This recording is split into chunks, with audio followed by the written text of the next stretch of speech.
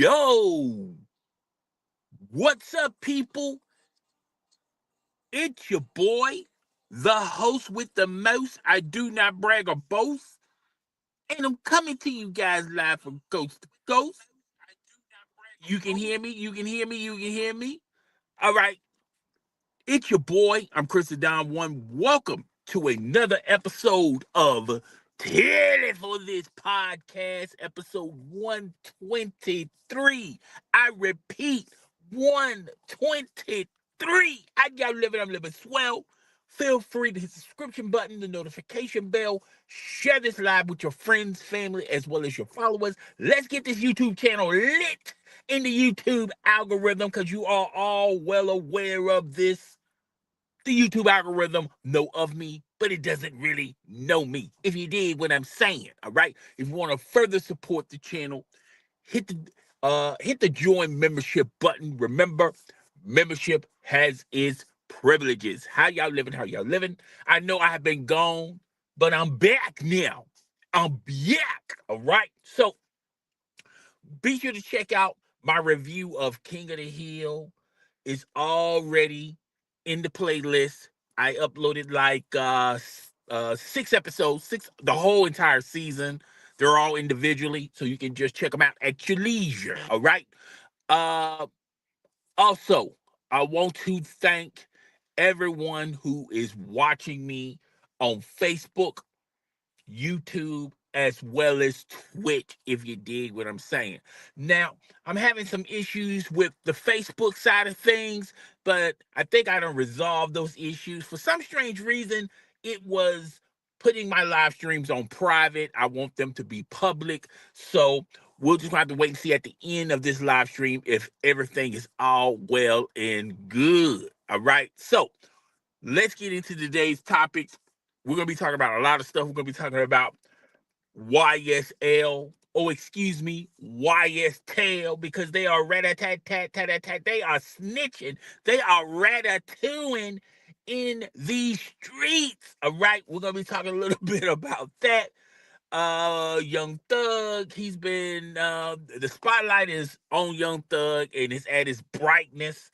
I'm also going to lob over to the Drake live stream that he had last night, what I thought about it. We're also going to be talking about we got some OF news considering Blac, Chyna, and this documentary that they're going to be releasing about a lot of content creators on the OF side of things, and much, much, much more. All right. So without further ado, let's get into today's topics, okay? Young Thug, he's not looking good out here in these streets. It's bad enough they are, accusing Young Thug of snitching.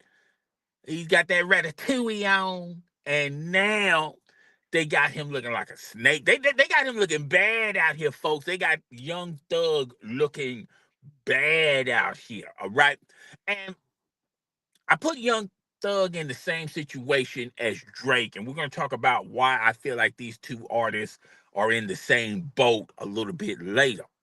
But for those who are not aware, been living under a rock, allow your boy to explain. It seems like Young Thug, Young Thug caught a case with the Georgia DA, Fannie Willis. She wanted to make a name with all the, uh, gang activity in the A, the T, the L.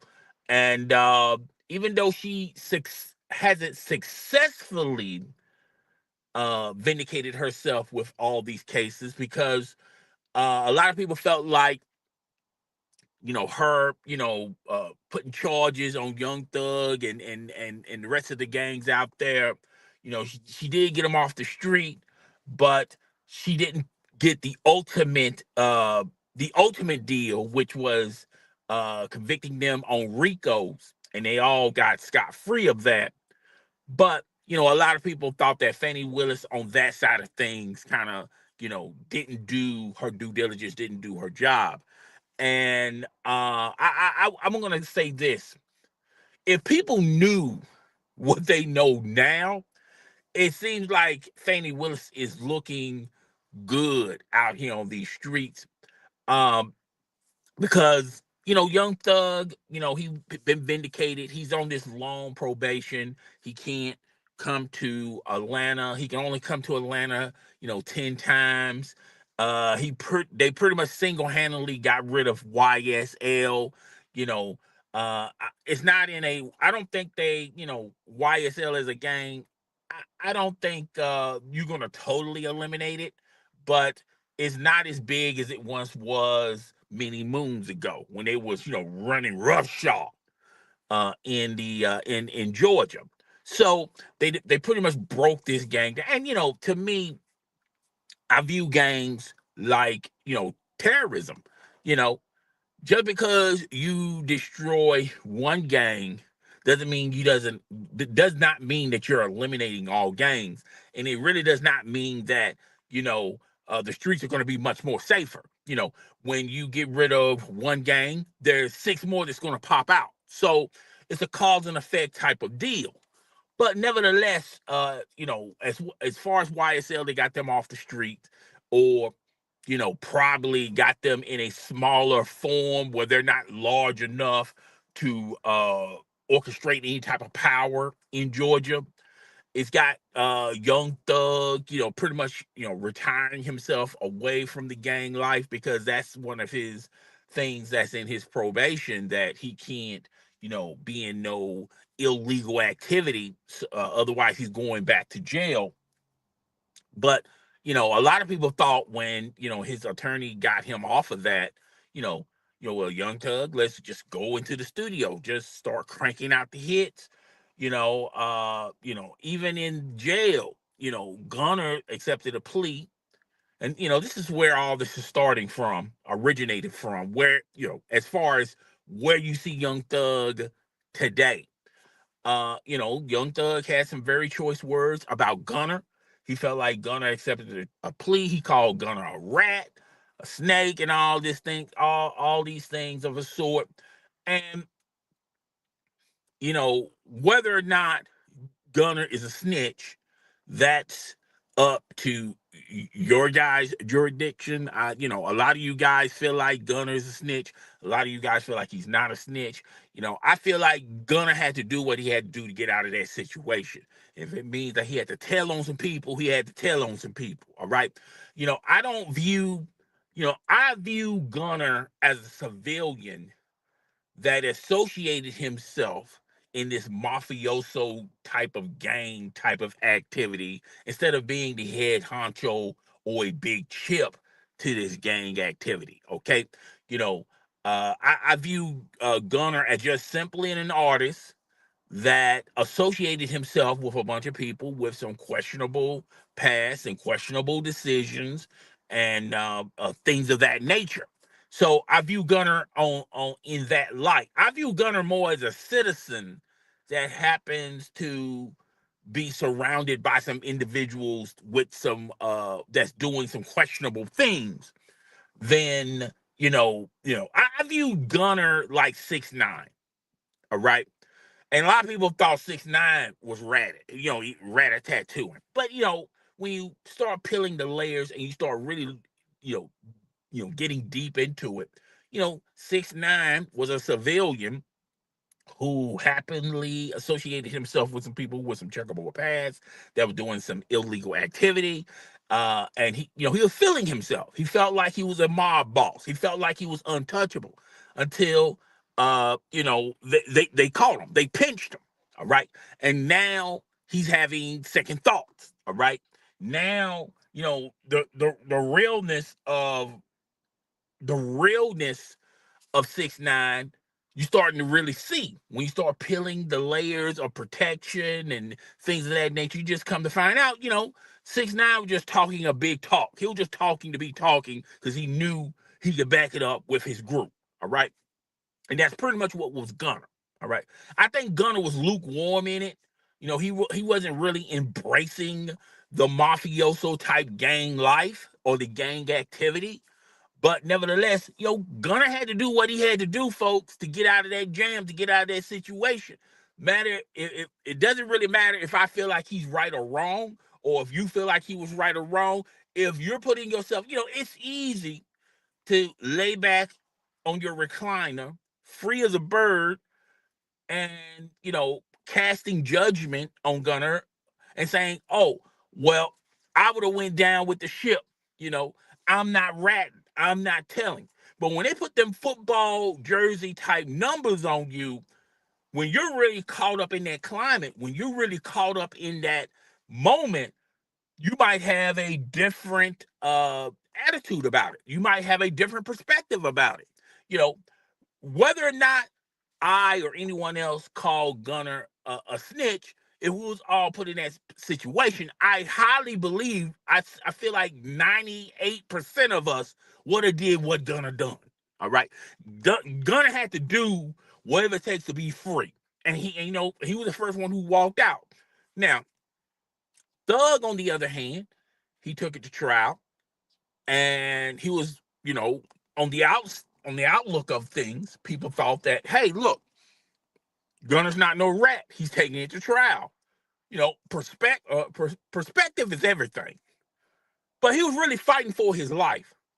Now, it really doesn't matter what, at the end of the day, what his representative, his attorney says when he released a statement. He wanted to fight it. Thug uh took the easy way out. And all of us would have took the easy way out. Would have took the guaranteed way out.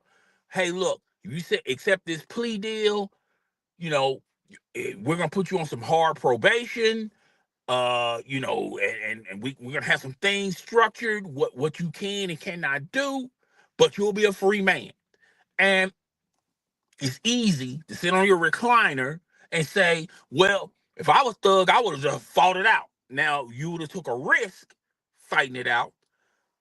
You probably would have won, if they would have if they would have said that, you're not, this, they don't consider this as a RICO. You're free and things of that nature. But there's a flip side to that coin. There was an opportunity, a real strong opportunity, that you could have been locked up with them boys, and you would have been locked up for the rest of your life. Young Thug is young. He got his whole life ahead of him. He had to make the best decision he felt like he had to do. And like I say, it's easy for us to sit in our recliners and our sofas or in our beds watching this on TV, saying, "Oh, if I was in that situation, I would have did this, did that, whatever." It's easy to say that when you're free. It's kind of, I think all of us would have a different perspective if we were hemmed up, locked in that type of situation. I think all of us would have done the right thing, and that was ultimately the right thing. All right. So, uh, that's what Young Thug did. So he's free. Certain things he had to take care of, and all he's thinking about is the future of Young Thug. You know, I felt like the tactic he chose, which was when he was free, he wanted to let the world know that he's no snitch, he's no rat, he's no, you know, social media is this drug that is a delusional place. And when you start going into social media and you start reading everyone's posts about how they feel about you, the first thing you're going to do, and we're all human and we all make this mistake, is we're going to defend ourselves. We're going to defend ourselves tooth and nail, because of a post. And that post, you have to look behind that post. That could be someone trolling. That could be somebody trying to get some tension. That's somebody, that truly don't believe the post, but they're just trying to get some type of interaction with it. Hopefully you give them some time. Sometimes you have to just walk away from a lot of people, replying back, and we're all guilty of it. Okay. We all want to defend ourselves. I feel like on social media, it's really hard to defend yourself when if social media, they're gonna go either way. Wherever's the popular decision, that's the way they're gonna go. There's more sheep on social media than goats. All right, there's more sheeps on social media than goats. No one has their own opinion. Everyone just is for whatever's the popular decision. All right. So, and it's hard, and in Young Thug's point of view, to resist the temptation, right? And that's where we are with Young Thug today. So I'm gonna read this article from Billboard. Young Thug seemingly addressed the online backlash after jail call leaks bashing me only f that rap community up more. All right. So I guess basically Young Thug is saying that it's not helping, but it's hurting not only him but the rap community. So I'm gonna read this article. Okay, Young Thug finds himself in a bit a in a bad situation these days. Over the past week or so, the Atlanta rapper has been dealing with leaked audio jail phone calls, interrogation conversations from where he was incarcerated for 3 years awaiting his YSL Rico trial. And some of the subject matter has lead him to receive backlash online. Okay, Thug seemingly addressed the viral that's coming his way with tweets that read, "Bash me only f's up that game, f's up the rap game up more. I'm blue to take a fake game, a fake a game. All right. So I'm just gonna start right there. Okay, hold up. Last week, Thug tweeted, "Stop trying to make me one of those boys. Death before dishonor. This is this way, kids." He also tweeted and deleted a message that read, "They they didn't play my interrogation video in court because it helped my my brand or my braid. Ratware hashtag ratware." He you know deleted that post. Okay, so and they also got him on some other questionable things on social media. They also got him looking kind of crazy out here, looking very, very crazy and suspect out here. Seemed like he had a phone call with his wife or his girlfriend, and they was talking about Gorilla. He was talking about how ugly she looked and this, that, and the third. He also talked about how he wanted to do a song with Kendrick Lamar. He wanted to do a feature with Kendrick Lamar, but Kendrick Lamar didn't want to do it. And he basically said that's why Drake is bigger than Kendrick Lamar. He called Gucci Man soft. Man, he was just, he was just talking constantly. He was just chatty patting all over the place. Okay. And I want to give Young Thug a little bit of support, not a lot of support, but when you're locked up and you don't know if you don't know the outcome of situations, you don't know outcome of your future, you don't know how things are going to uh be a year, two, maybe 3 years from now. You're just in the moment, and you also, and you're by yourself. So when you're by yourself, you know all the doubt you have about people start creeping in, and you start feeling lonely and depressed. You feel like, hey, look, nobody is down for me, this, that, and the third. It's it's one of those type of situations. All right. So um I understand why he behaved in that way, but I'm not fully co-signing nor supporting it. All right. And he should have knew better, talking like this on a public phone, because they're tapping your phones. I'm an amateur when it comes to illegal activity or criminal behavior, and I know you just can't talk that freely on a jailhouse phone call. All right.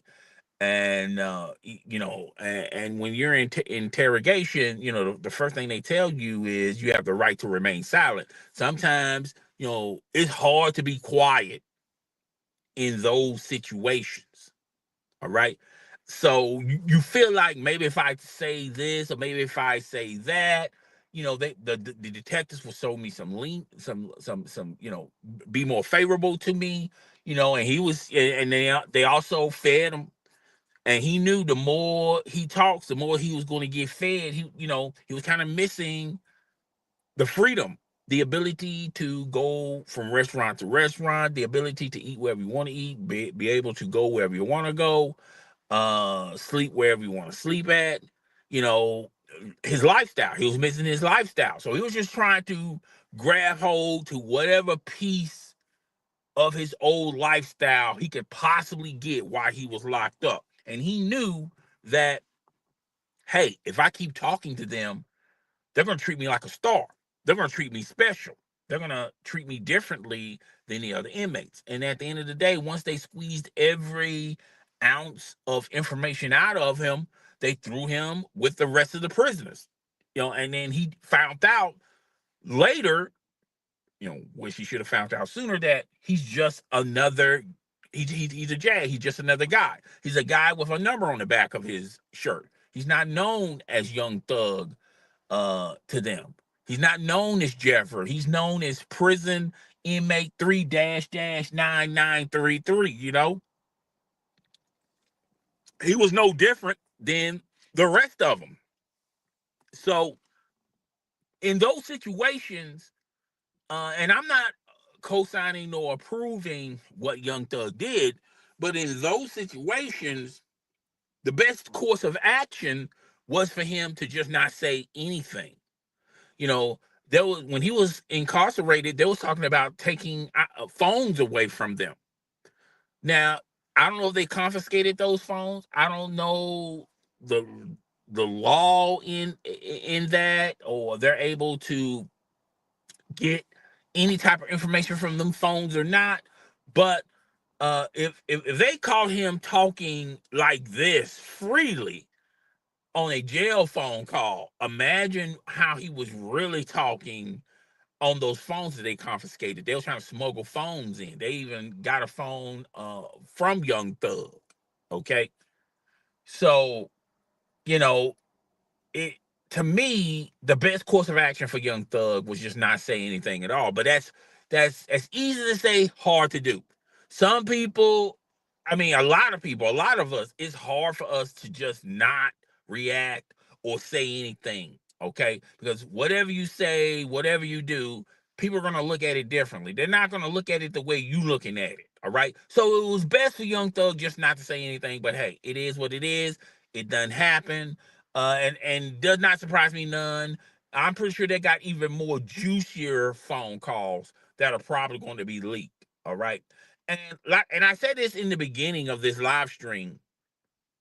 Fannie Willis looks great, because I don't know if this was Fannie Willis's ultimate goal, but it's just putting more credence and more credit to Fannie Willis and less to Young Thug.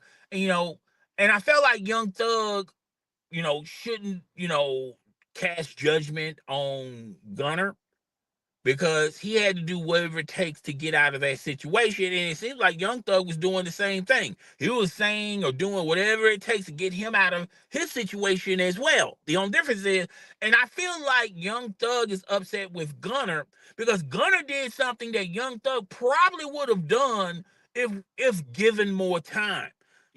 Because he's looking at it as, yo, man, you know, you told before I got the opportunity to tell. All right. And it would have been crazy, crazy, crazy if Young Thug would have told first. Okay. And now you got Gunner sitting in there, with the mindset of death before dishonor. I'm not snitching on my folks and this, that, and the third. And now you got Thug running around free as a bird, accepting a deal, saying, well, yes, YSL is a gang. It's not only a record label, but it's a gang. But, you know, Thug, Young Thug was looking at it as, hey, this is going to make me look bad on the streets. So I can't take that route. Gunna was looking at it as, look, man, I don't care what they saying in the streets, okay? I'm trying to get out by any means possible, okay? By any means possible, all right? So I think Young Thug is upset with Gunner because Gunner uh you know took a plea, and B, he did something that Young Thug was probably contemplating in the back of his mind. Should I tell? Should I not tell? Should I tell? Should I not tell? And Gunner said, "Well, I'm going to tell." All right. So I think Young Thug is more mad at Gunner from that perspective. Okay, I don't believe Young Thug honestly believes that Gunner is a rat. Okay, but it is what it is. So um, this, the past couple, and it goes back to what I said earlier in this live stream. I felt like Young Thug and Drake sometimes they do more harm than good. They probably, when they're thinking it through, doing like, okay, well, maybe if I take this route, then I'm gonna look good in the public eye. Okay. And sometimes the best advice for Young Thug and Drake is just not say nothing at all. Sometimes you just gotta let stuff go. You can't live in the past because you can't change what people's perspectives about you in the past and how they feel about you now. So going back into the past solves nothing. Okay. Just more more misery for you. So sometimes the best course of action is just not to say anything. Okay. And I feel like Young Thug and Drake, I don't think they have the right support group around them that say, hey man, I don't think this is a good look. And we're gonna talk about Drake in a few minutes. I don't think going this route is gonna make you look any better. It's probably gonna make you look even more crazier and more worse. I just think we should just move past this, don't say anything, and just move on to the next thing. All right. And I think ultimately this is going to hurt First of all, it's already hurting Young Thug's credibility and his image. A lot of people are taking Young Thug's uh songs off of their projects, or his verses off of their projects. A lot of people are unfollowing Young Thug. 21 Savage was a huge supporter of Young Thug, and when those audio leaks came out, he unfollowed Young Thug. And it just makes you look so crazy. But you got to look at it from his perspective. Okay. I feel like a lot of people would do the exact same thing Young Thug did when he was locked up. When it's easy, and I said this throughout this whole presentation. It is so easy for us to pass judgment on Young Thug. Say, I would have never told. I would have done this. I would have done that. Death before dishonor. I'm not snaking nobody. I'm not ratting nobody. But when you're facing a lot of years, a lot of years, and you was facing a RICO. I feel like a lot of people are not really putting themselves in those situations. It's easy for us to critique or criticize Young Thug because we're at home free as a bird, and Young Thug is locked up. He's not accustomed to that. Okay, but like the old adage, don't do the crime, don't do the time. Don't do the crime if you can't do the time. Excuse me. So, you should have thought of that before you thought that you was this mob boss and criminal activity, and you're doing this, that, and the third. And the citizens of Georgia can't even walk on the streets and things of that nature. And I feel like part of it was, Young Thug wasn't in his best conscious state. He was, he had, when they said when they first locked him up, man, he was high as a kite, and it took months for him to get off that highness. Okay. So, it's just one of those crazy things. But yeah, that's what I'm looking at this. And guys, tell me what you think in the comment section. Tell me what you guys think. Twitch, Facebook, YouTube. Comment in the comment section. Tell me what you think about this whole situation. We're gonna move to the next thing. I'm just letting you guys know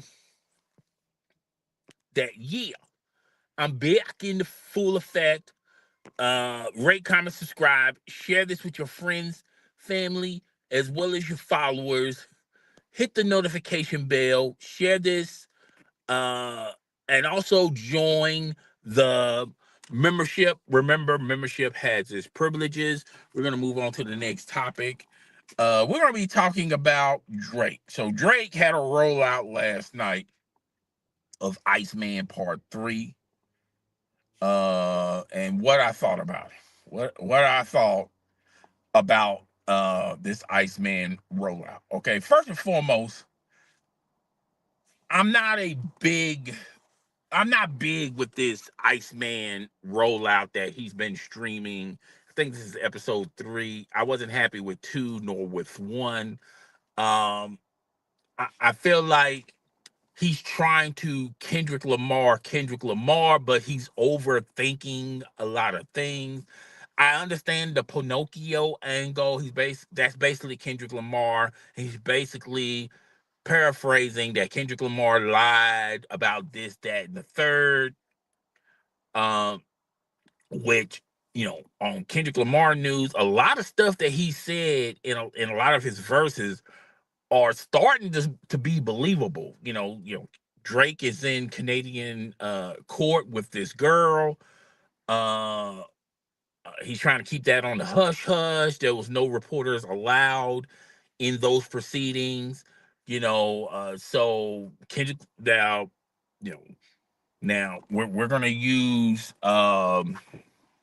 yeah, because I feel like it's hard to talk about this when you don't know all of the goings on in this paternity case. But one could allude to Drake may be fathering another child. Okay, allegedly. Let's use the word allegedly. All right. And like I said, a lot of the verses and Kendrick Lamar was saying in a lot of those songs are starting to come to light and they're starting to be true. Like, he may allegedly he may have a gambling problem because of he's beefing with this gambling company and calling them this, that, and the third.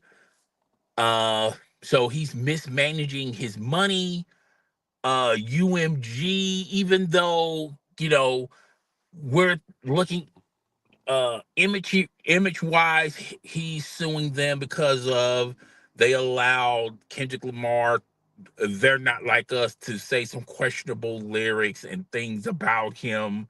But if you read between the tea leaves and read between the read between everything, it's much more deeper than that. He wants to pull up Kendrick Lamar's contract. And there have been talk about him renegotiating with UMG, and I said this on multiple live streams as well as videos on this very channel, that when Kendrick Lamar signed that deal with UMG, and I think at that time was like 400 million, and he was giving up everything. He was giving up his masters, his publishing, he was giving up his name, I mean, his identity, all that belongs to a large portion of that is UMG's property. And I felt like if you're giving up that much, you should be offered way more than what that was chicken feed. Now 400 million, I think it was 400, 500 million. It's a lot of money to me. It's a lot of money to you out there. But to Drake, I felt like he took a discount on that type of deal. All right. I thought he could command much, much more because, there was an opportunity of him becoming a free agent. He could have signed with another label or created his own label. So he had all the chips He had all the chips in front of him. He could have dictated how this could have truly went down. All right. But he went on and took the deal. And when word came out about the deal, I'm going like, man, that's you're getting Drake for that little, you know. And if Drake could have gotten, like, I'm not saying Drake is worth $1 billion, but let's just say hypothetically, he could have gotten a deal where he was close to $1 billion. Let's just say close to $1 billion back then. And if you look at music now, how music has diluted. The music industry is not as powerful like it once was decades ago. Okay. Now with streaming and now with AI music and it's there music is not a big revenue stream like it once was. Okay. And now you got people paying for bots for streams and playlists and things like that. A lot of people are trying to orchestrate the game into their angle, including Drake. Drake is not a victim. Drake was doing it as well. And the music industry, if you look at the music industry now, it's not as strong as it once was, like in the 90s, 80s, 70s, hell, even in the 60s. I think the music industry has regressed, okay? And like if he would have signed for a bigger deal, UMG would have it probably would have benefited UMG more to work with Drake, and because they owe so much money to him, and possibly work behind the scenes about the beef between him and Kendrick Lamar, and it probably wouldn't have spiraled to the portion to where it was today. Because when you look at the beef, it didn't really it didn't and I've said this in multiple videos and multiple live streams. I feel like Drake should have never follow through with this beef. Drake should have just continuing doing Drake, okay? Because even if he would have won the beef with Kendrick Lamar, it wouldn't do a lot for Drake. It wouldn't do a lot for Drake, all right? If he would have won. He if he would have lost, it would have effectively destroyed Drake's legacy and the impact that he has in the music scene, particularly when we just talked about how the music industry is not as strong as what it was. Drake could have seamlessly controlled the music industry if he had an opportunity. If things was favoring Drake in a different way, in a different angle. Uh, but yeah, you know, doing the beef with Kendrick Lamar serves no purpose for Drake. It serves a lot of purpose for Kendrick Lamar. Got his streams up, got his revenue up. He's selling out concerts and things of that nature. And a lot of things that Kendrick said about Drake on a lot of those diss songs are coming to light, and they're coming to be true. So, image wise, it hurts Drake.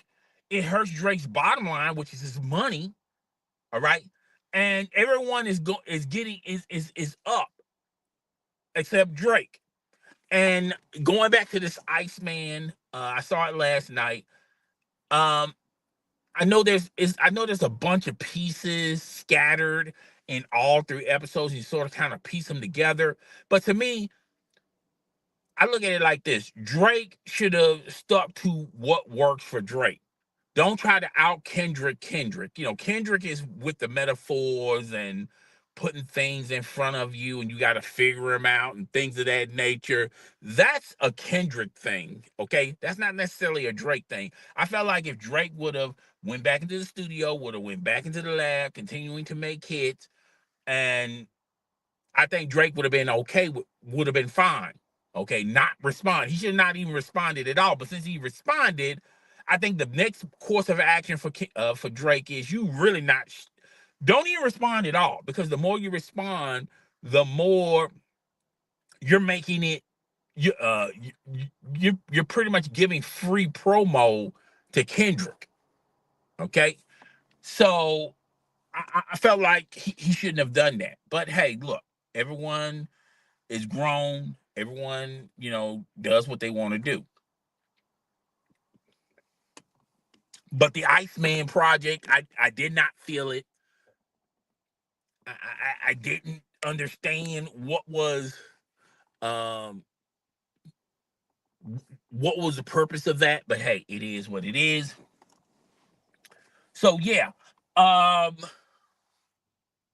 that's what I thought about the Iceman thing. I'm not going to put a whole lot of thought into it. I will, I wasn't happy with part one, part two. There was a couple of tracks that came out in part two. What did I miss? And which one? Which one? Which one? Which one? Which one? Which one? I thought that was I thought that was okay. That was a little flash in the pan. Neither one of them stayed in the top 10. Uh, and it. I just think you need to just go ahead and just drop the album. Just drop. You need to just go ahead and drop the album and let the music do the talking for you. I think the less you talk, the better. He did an interview with her name's Bobby. I forgot her last name. Uh, I think that you know, uh, I think that made him look a little crazy. Uh, and she was really giving him softball questions throughout the whole interview. Now, I will say this: a lot of people say, "Well, why come he's not allowing DJ Academics to interview him, or going on Joe Budden, going on that podcast, and doing a short interview with him, or just doing an interview with a traditional hip hop or music type of podcast or an interview, a one-on-one interview? Why is he bypassing those? Because I feel like it's so hard for Drake to control those outlets, to control the narrative and things of that nature, because uh or $1 million worth of game, because it's going to be hard for him to like lay out the rules to what they can say, what they cannot say. And basically, you're not going to be able to say anything. So basically, he's just there. All right. He's just there. And you just throw a bunch of softball questions. I don't see Joe Budden doing it. I don't see $1 million worth of game doing it. I see a couple of reporters that will probably do it. But to me, he wants to control the narrative and control what's being funneled from his perspective. And he just wants to bypass and okay, and if you're thinking that way, then it really goes to the logic and the point that I made about Young Thug as well as Drake. It's best for you not to just not say anything. Just throw out the music, let the music do your talking, and that's it. It's all good in the hood, all right? But hey, it is what it is. That's uh that's my view on the Drake thing. Guys, hit the like button, hit the join membership button, the subscription button, do whatever you got to do. Just hit, at least hit the like button for your boy. So we're gonna move on to the next thing. Give me a few seconds here. We're gonna move on to the next thing. And the next order of business is, you know, we got some OF news. Starting off with Blac Chyna. There's gonna be a documentary on a lot of the OF creators, uh, talking about OF, and there's a backstory with Blac Chyna. And I, remember this interview because I remember her saying the same thing on a previous show, and she talked about how she's retired from OF because of it was getting harder and harder for her to create content, because the one thing about OF, and females know this, is, to me, with OF, um you're gonna get fans, you're gonna get people buying into your content, but eventually your fans are going to demand more and more for you, being more and more risque, and you're going to have to do things that you're probably not comfortable in doing. I feel like with Blac Chyna, very few of these OF content creators, I'm going to use Blac Chyna as an example, they're at a stratosphere where they don't have to go have to do everything to stay relevant on OF. You know, they could just continue to do their content and their fan base is going to continue to subscribe to them. All right. Versus someone that's new to the game or doesn't have a huge following. You know, if you get like 100 fans, people, or 100 people subscribe to you, you know, and it's not guaranteed you're going to have those same 100 subscribers next month. You might go from having 100 subscribers one month to 20 next month, okay, because it fluctuates, and a lot of them will continue to stay based on the content, and there's going to be a demand for a type of content that they're interested in. And if you're not going to give them that type of content, they're going to move on to the next person or the next thing. Okay. Not to mention, you know, people are wishy-washy with subscription services. So, you know, a lot of people are not truly committed with subscription services. That's why you see a lot of them promoting yearly ones. So they want to, you know, lock them into the full year. But you got to be a total imbecile or an idiot to lock in to any content creator on OF for a year, because then you're taking all of the bargaining chip or the power from you and you just giving it to them, because they can you know, they'll do a slow stream of content because they got you locked in for a year. Why keep, you know, uploading a bunch of content every month? And a lot of women uh struggle with that.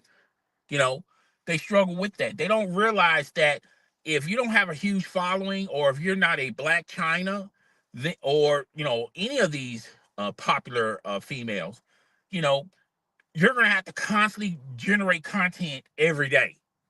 All right. But in Blac Chyna's case, she said in this article, well, it was just getting to a point where, you know, they wanted more and more of me, and I didn't feel obligated to do that. So she said that she shut down OnlyFans. Now, that could be true.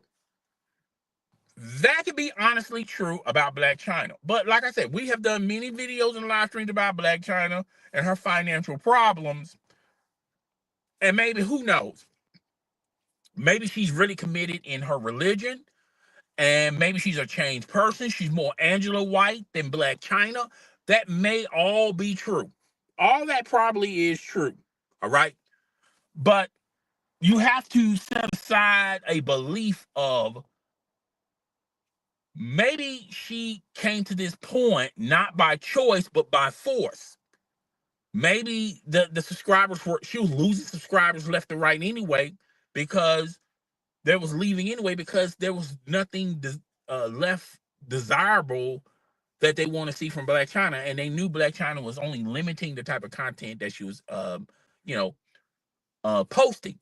So they moved on to other creators. So it may not be a choice; it was maybe by force why she's no longer on OF. And I'll be honest with you guys, you know, Blac Chyna, and we're gonna talk about Brittany Reynolds and all of them. Um, you know, they're getting bags from other places. You know, Blac Chyna has her own makeup line. I'm pretty sure she gets revenue from that. You know, Blac Chyna also get appearances from different podcasts or clubs or events and things of that nature. I'm pretty sure she's getting a bag for that. You know, and I think she still has her channel on the Zeus network. So she's getting revenue from that. So Blac Chyna is at a point of, well, there's no real need to do OnlyFans when I got these other opportunities. You know, I see her constantly promote her makeup line, her lash line on TikTok. She'll live stream pretty much all day on TikTok. Okay. And hey, you got to get in where you fit in. I'm not hating on it. I'm not knocking the hustle or anything like that. But I do feel like with that type of revenue stream from different areas, there's really no need for a Blac Chyna to do an OF. Okay. But someone like Brittany Reynolds, we're gonna talk about her real fast, real quick. She got in she went viral for all the wrong reasons. So apparently, uh uh her and PJ Washington, the baby daddy, got into an incident where the mom was filming a situation where you can clearly see Brittany Reynolds is starting this from start to finish, trying to provoke PJ Washington, and he was pretty cool. He knew what was up. Uh, now they did get into like an arguing match when he got the child into the car, and Brittany Reynolds and his new girlfriend going back and forth, and things of that nature. But this was premeditated from Brittany Reynolds, because you got to look at her situation. Loving basketball, I'm pretty sure those storylines are closed. And hey, she can no longer, she can't use that angle to generate revenue. Now she goes on Instagram and she posts different types of content. I'm pretty sure that do some type of numbers, revenues wise, if not at all. She I forgot the clothing line that sponsors her. She does different outfits and things of that nature. Pretty sure she gets a check for that. But uh she pretty much fumbled the bag with PJ Washington. And just think about it. If she would have remained married to PJ Washington, now he just signed a contract worth 90 M's with the Dallas Mavericks. You know, let's just be fair and be honest. Brittany Reynolds is not generating $90 million. All right. And she thought that she was going to take this route, and she was going to be on reality shows, she was going to do appearances and club appearances and podcasts, and you know getting brand deals. She thought that that was going to be forever. But I feel like uh individuals such as Brittany Reynolds, they are hitting the wall, and they're hitting the wall bad, because you know a if you're looking at it from a content creator perspective, not just not just Brittany Renner, all of us as content creators, the money is dried up. It is dried up. All right, those sponsor deals, people are getting sponsor deals everywhere. Those are non-existent for everybody. I think it's for a certain crowd, but it's not for everybody. The revenue stream is dried up. If you look at Twitch, if you're not entertaining enough to do an IRL, which I don't see Brittany Reynolds doing that. She has a Twitch channel, and I think she got less than 200 people that subscribe to her. That's not good enough, but she doesn't religiously go on there all the time. Plus, I don't think Brittany Reynolds is that entertaining, uh, talking wise. All right. Where she can just do her own podcast. I don't think Brittany Reynolds is that talented enough. She's more eye candy, where, the less she talks, the better. And those type of opportunities are like, or like Facebook, or like Instagram, or like TikTok, or, and if you look at it from that perspective, the money is drying up. Uh, because there's so many content creators fighting for that. And there's a lot of content creators that are more talented than Brittany Reynolds. They're just as attractive as Brittany Reynolds, but they're yeah. And she's in a situation where I got to create drama. I got to generate drama. Okay, and to me, that's the worst position you could be as a content creator, is generating drama. Okay, when you're religiously uploading drama consistently, that's all you talk about is drama. You'll pull them in real fast, real quick. A lot of people will come in with the eyeball seeing what you're talking about, and this, that, and the third. But when you're basing your whole profile on drama, it's not a good look. all right? Because you excite everybody, but then after a while, people go like, okay, okay, it's time to move on, all right? So that's all she got. That's the only bag she has is the drama bag. And because when she was on the reality show, she was trying to cause drama with the other women that were on there, and it just didn't go viral enough. And I think this PJ Washington thing, it went viral, but it didn't go viral to benefit her. Makes her look totally even more crazier, and you have to be a fool to get her pregnant. And I'm not the biggest Kevin Gates fan. I think first and foremost, you had a woman that hold you down while you was incarcerated, and now you want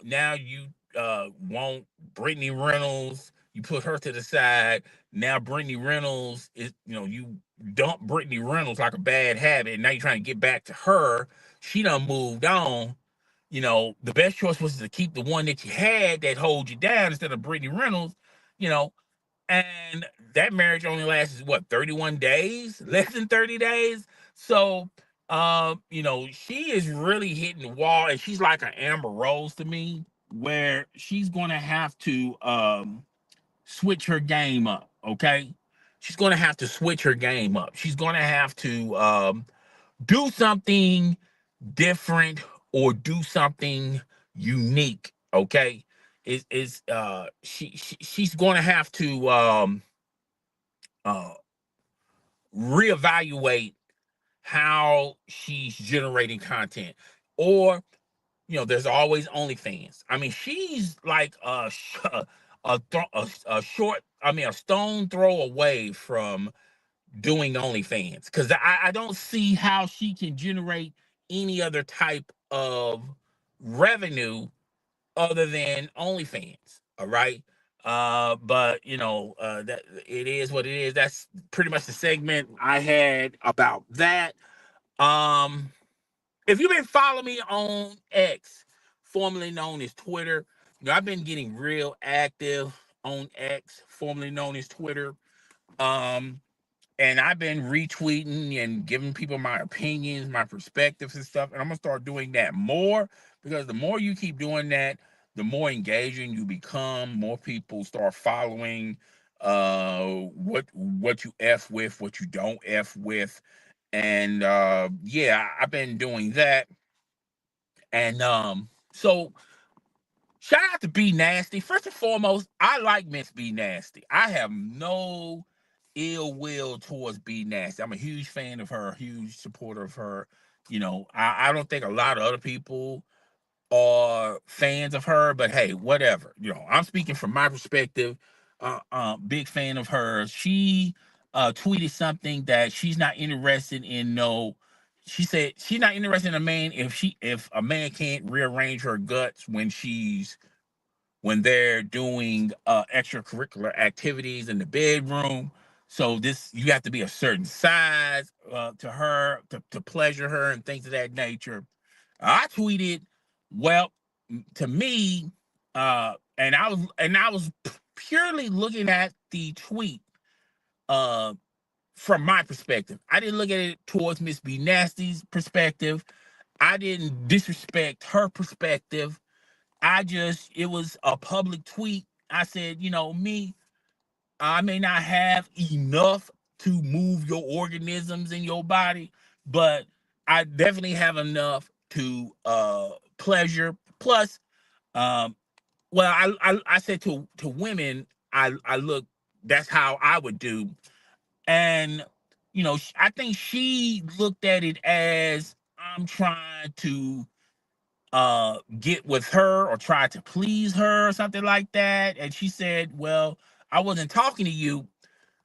And I replied, basically, I'm just commenting on the tweet, nothing more, nothing less. It was a public tweet. If it was a private tweet, that's one thing. I feel like if it was a private tweet, I would understand her point of view, and I wouldn't even posted anything. I would just left it there to be there, because it's private. Because obviously you're trying to connect, you're trying to talk to someone else. All right. But since it's a public tweet, everyone's entitled to retweet it, comment, or whatever. Two, you do have settings where when you make tweets like that, you can take out the ability for people could reply. Okay. And man, I was getting a whole lot of interaction with where I was coming from. Because obviously, a lot of females started recognizing that tweet. They retweeted it and things of that nature. Shout out to all of y'all. I appreciate that. Uh, but I wasn't looking at it from the perspective of I'm answering.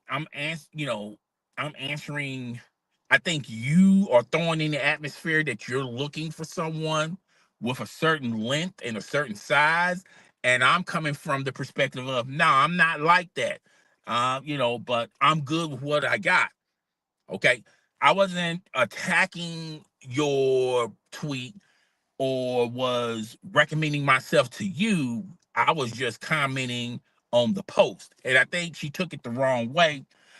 Someone in the comment section saying for her, don't be a B word, things of that nature. I left it alone. I left it alone. And this is one of those key examples where, to me, and I said this earlier in the stream, sometimes you have to take that approach. All right. Sometimes you have to take that approach uh, when, particularly on social media. Everything don't have to be said. You don't have to take a stand on everything. Sometimes you just say what you got to say and you just keep it pushing. Now, I kept it pushing on different other comments and different other tweets. You know, I read what dudes, was responding to be nasty, but that's as far as I went with it. Could I have commented with him saying, "Yeah, stop being a bitch"? I could have took that route, but I didn't. I didn't chose that route. Because that wasn't the route I was going to take from the beginning. I just kept moving on. And this is one of these examples of Drake and Young Thug is, you don't have to reply to everything, because social media is not a place, it's public opinion. Even if you tell the truth fully, people are either going to support it or not support it. 9 times out of 10, they're not going to support it. So why even engage into it? So that's where I was coming from with that. Okay. So I think that's all. Huge Cowboy fan. Cowboys lost to the Eagles. Ha ha ha ha ha ha ha. Yeah, we lost to the Eagles. But I do see a lot of promise with this team. I don't think this team is going to the Super Bowl. I'm not going that crazy with the Cowboys, but I like where the team is going. Now, CD Lamb, it would have been a different story if CD Lamb would have caught that pass, then we'll be talking totally something different. I don't care about the wins and losses, but for them to stay competitive throughout the whole entire game gave me a lot of promise in this team. Okay. I'm not saying that we're going to make it, if we do make it to the postseason, I'm not saying we're going to make it to Super Bowl. All right. We'll have to wait and see how things shake out. All right. Yeah, that's pretty much it, guys. First and foremost, I'd like to thank everyone on Twitch. I'd like to thank everyone on Facebook. I'd like to thank everyone on YouTube. I really do appreciate this from the bottom of my heart that y'all came to the podcast. Really do appreciate that. I forgot. I forgot. Ay, ay, ay, ay, ay. Okay, I forgot to talk about my girl. Okay. CC Reacts. Go check out her channel. I love her channel. Basically, she's a content creator on YouTube. If you're not well aware of her, if you've been living room the rocket like a boy to explain, basically, she's a content creator on YouTube, and she generates story time type content where she talk about things that happen in her personal life, and that's why I got the idea of starting my new podcast called Based on a True Story. It's on iTunes, Spotify. I'm gonna be talking about stories of my past because I feel like uh podcasting and story time, it's always, I think it's oversaturated because a lot of people talk about the same topics. Okay, they don't really talk about, they don't really talk about anything that's new, bringing something new to the game. And I feel like CC reacts. I love her short stories. She used to be an inmate. She used to be out there on them streets. So she's got plenty of stories to tell, and they're real stories. They're funny stories. They're very informational, but they're also stories like if you're not sure about your life or how you move and listening to her talk will make you think twice about the certain situations or the certain outcomes you find yourself in. So I dig CC reacts. I'm a huge subscriber of her, and I like what she brings to content creators on YouTube. All right, so she came out with a video talking about YouTube is tripping, which I'm a huge component of that. First and foremost, YouTube, when they be tripping, they trip in waves. Okay. They'll talk about they're going to implement something and they'll talk about it for 3 months. They'll implement whatever they're talking about. And for the next 3 months, they're on that type of time until they say, you know what, this ain't working. We'll do something. Y'all can just go back doing what y'all been doing. And I think, they're just on, they're like, YouTube's, when it implicates stuff to YouTube, it comes in phases. It's not here to stay. It's not, it's here. 3 months later, it's gone. Okay. You're promoting it. 3 months later, you're not even promoting it no more. All right. So YouTube be on that type of time sometimes. So I do understand her frustrations with YouTube. And she was going through this story how YouTube has been going through her content, and now like a lot of the story time content is getting demonetized. They're blacklisting her channel. They're not promoting any of her content, things of that nature. Now I will say this, to be fair, all right. I'm fair on both sides. I'm a huge I'm gonna be fair on YouTube on this. Some of the content is adult themed content. It's not over the top adult themed content, but it's adult themed content. All right. It may not be the type of content that you want your kids to listen to. I get that. I understand that. However, all right. Um, I don't think anything she's been talking about is over the top. Okay. Where she just got a filthy, nasty mouth and things of that nature. She's telling it like it is, not like it was. All right. And and the undertones of her seriousness, you can tell when she's projecting the story time content. So I like CC React. As an adult, I can dig it. But if I was owning YouTube, I would understand why. Okay, even though we dig your content, this is not for everybody. I get that as well. That's well and good as well too. The funny thing about YouTube is, and I did a YouTube short, and it was like an old short. It was a song, and it was going Nick Nick Nick the Nick Nick, and it didn't say. You know what it was getting ready to say. It just kept saying Nick, Nick, Nick, Nick, Nick, Nick, Nick, Nick, and YouTube deemed that as offensive. Now, guys, I'm an African American male. Okay. I'm African American. Not only that, YouTube, you have people that do 2 hour, 6 hour, 10-hour live streams, and you get to hear the full N word all day, every day. In rap videos all day, every day. In Drake all day, every day. Okay. But when little old me say Nick, Nick, Nick, Nick, Nick, Nick, that's offensive. Y'all going like, okay, that's it. That's it. That's offensive.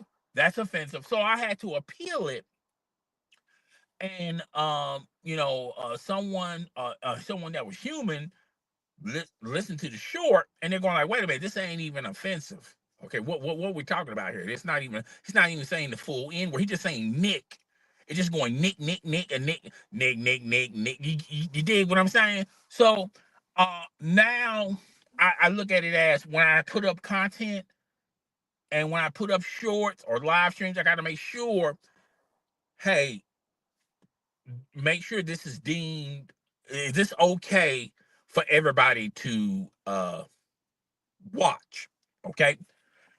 So I dig what she's saying, but YouTube sometimes they be picking on the wrong crowd. Okay, you don't pick on the movies that have images or language. You don't pick on those the movies that you sell in YouTube. When y'all streaming movies on YouTube, some of that, it's not really made for kids. Okay, you don't say nothing to the streamers that stream every day, all day, and you're gonna hear adult theme type of language there. And even with the music, okay, so it just seems like y'all pick and choose who y'all want to f with, okay. So I did what CC React was saying from that perspective, um, and now she said that, hey, I'm gonna start a Twitch channel if y'all want story time. She's going to do it live on Twitch. You can go watch it you can go watch it or go watch the rerun. If you're a member of her, if you're a member of her YouTube channel, those individuals are able to watch story times. So there's a couple of ways you can watch story times: either subscribe to her on Twitch or sign up to be a member of her channel. Those are the two ways you could watch her. Okay. And I know CC Rag doesn't know me from a hole in the wall. Okay, I dig that. I feel like that's fair and invalid. All I can give you, CC, is some advice. And to me, uh, you don't have to take my word for it. You can. I remember Lovely T said the same thing when YouTube was messing with her. They were shadow banning her channel. They were demonetizing her content, and she said, "Well, I'm going to Daily Motion." She was really going to leave YouTube, do Daily Motion, and she was letting all her subscribers know, "Hey, I'm going to Daily Motions. I'm going to Daily Motions." Okay, and she couldn't even get half of her subscribers on Daily Motion. She couldn't get half of her subscribers. And at that time, she had like 30, 40 subscribers, 40,000, 40K subscribers on YouTube. And she couldn't get 20K on Daily Motion. Just think having 20K subscribers on Twitch, Daily Motion, which by the way, when you look at it, Daily Motion folded after that. So in a way, it was a blessing in disguise for Lovely T. Well, anyway, she went over there, did a couple. She dropped some content there. Noticed that no one wasn't. She didn't get the views that she was getting like she was in Twitch, and she came back. I mean, on Daily Motion, and she came back to YouTube. And all I'm saying is, Cece, even though the video came out yesterday, I'm telling you, you're not going to. I think she's got 60K subscribers on CC Reacts YouTube channel. I think it's 60K, or is it 100K? Let's say for it's 60K. All right, and I'm here to tell you. Hold on one second, y'all.